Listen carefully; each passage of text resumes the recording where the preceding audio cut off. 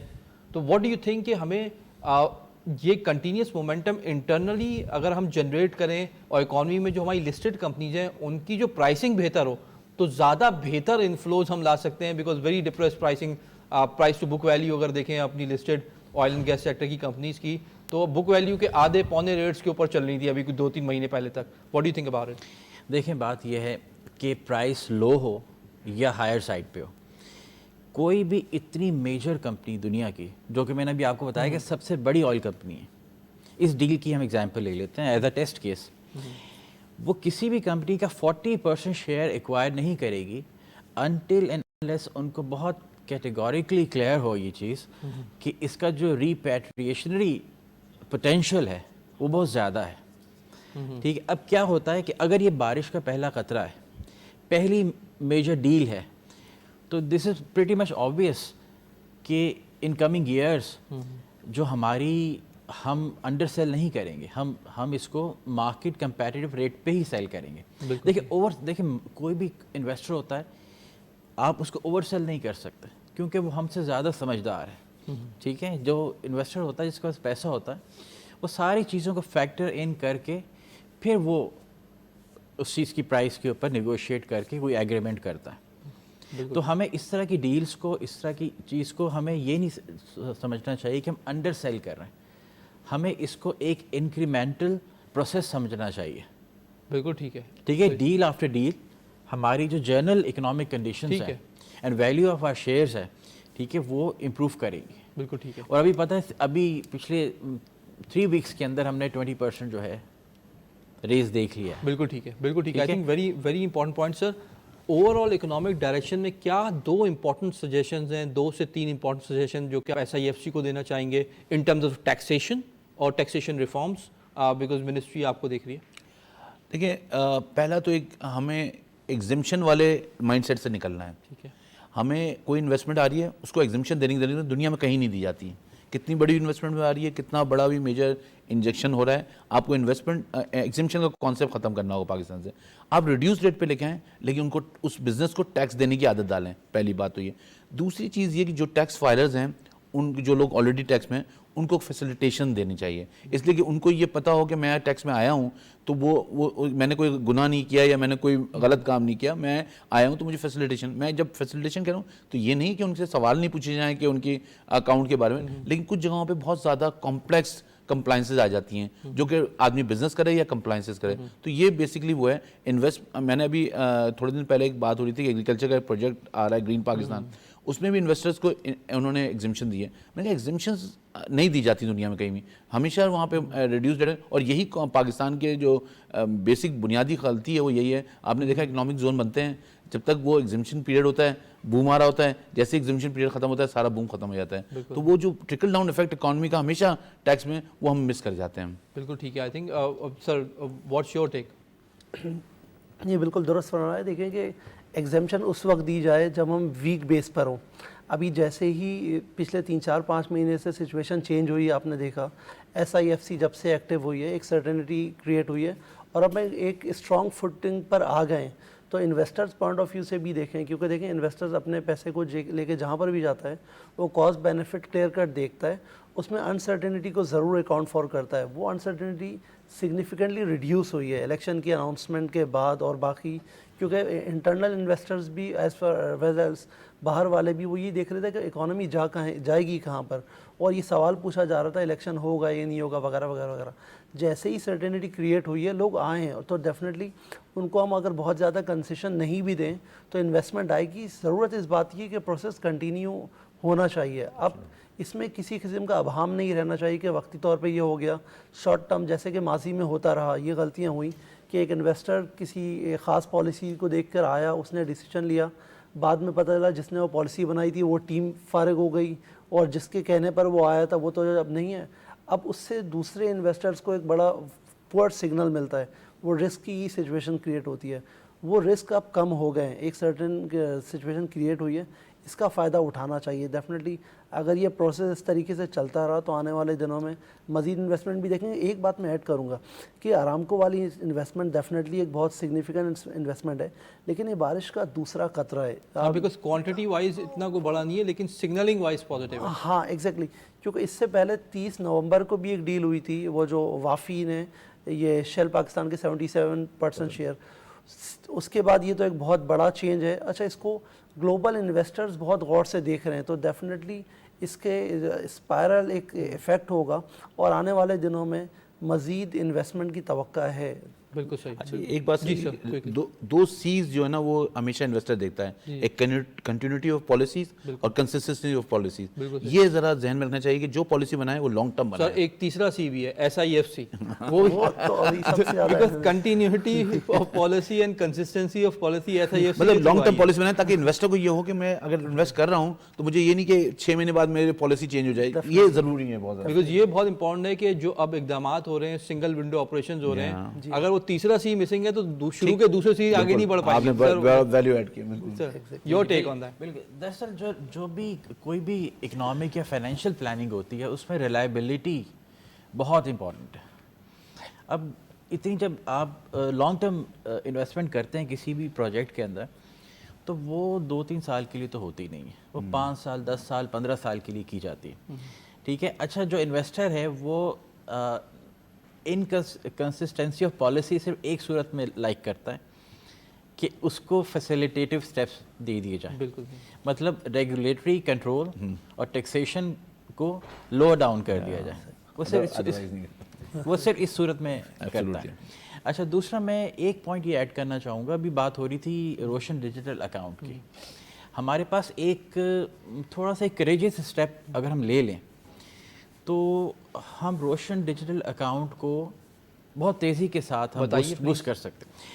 وہ یہ ہے کہ کچھ دوست اس سے شاید پسند بھی نہ کریں.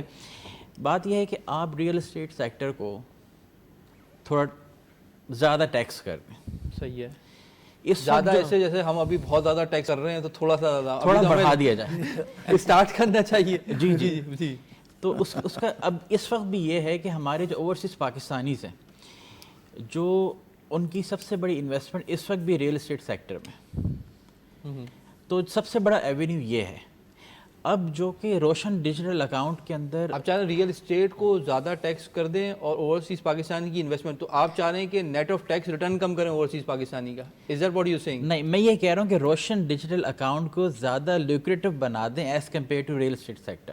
As compared to real estate sector. تو ایسا نہیں کریں کہ ریئل اسٹیٹ سیکٹر کو جو ہے وہ ڈاکیومنٹیشن اور ٹیکسیشن میں لے آئیں تو آٹومیٹکلی روشن ڈیجیٹل زیادہ لوکریٹو ہو جائے گا. ایسی یہ کہنا چاہ رہے ہیں؟ ہاں, لیکن for the time being for like 1 to 2 years ہمیں یہ کرنا پڑے گا کہ ہمیں جو ہے نا روشن ڈیجیٹل اکاؤنٹ کو سب سے ٹاپ موسٹ لیوکریٹو جو ہے نا انویسٹمنٹ ایونیو بنانا پڑے گا. فیض صاحب, پرابلم دوسری سائڈ پہ یہ جو لوکریٹو آپ انویسٹر کے پوائنٹ آف ویو سمجھ رہے ہیں وہ گورنمنٹ کے پوائنٹ آف ویو بھی دیکھیں نا. جیسے ابھی میں نے اسٹیٹس کچھ آپ کو شو کی تھی, سب سے زیادہ فائدہ گورنمنٹ کا, آپ بتائیے کیسے. سب سے زیادہ فائدہ گورنمنٹ کا یہ ہے کہ آپ کا ایکسٹرنل اکاؤنٹ کے اوپر ایک پریشر رہتا ہے. جتنے ڈالر وداؤٹ لینڈنگ پاکستان کے اندر آئیں گے, ٹھیک ہے, یہ لینڈنگ تو نہیں ہے نا, یہ ان کی انویسٹمنٹ ہے, یہ ان کی سیونگ ہے. بالکل ٹھیک ہے.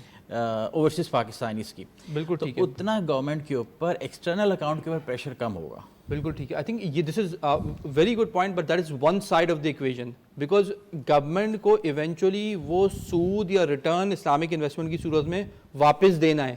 وہ کدھر سے گورنمنٹ ایلوکیٹ کرے گی, فسکل ڈیفیسٹ آلریڈی ہے, نیٹ آف فگر اتنا فرق نہیں پڑے گا, نیٹ آف فگر. تو I think what you seeing کہ وہ جو ایکسٹرنل سائڈ پہ آپ کے روپی اسٹیبلٹی پہ پازیٹیو امپیکٹ آئے گا, that will offset the negativity. Net off figure اتنا وہ نہیں ہوگا, that will more than offset the.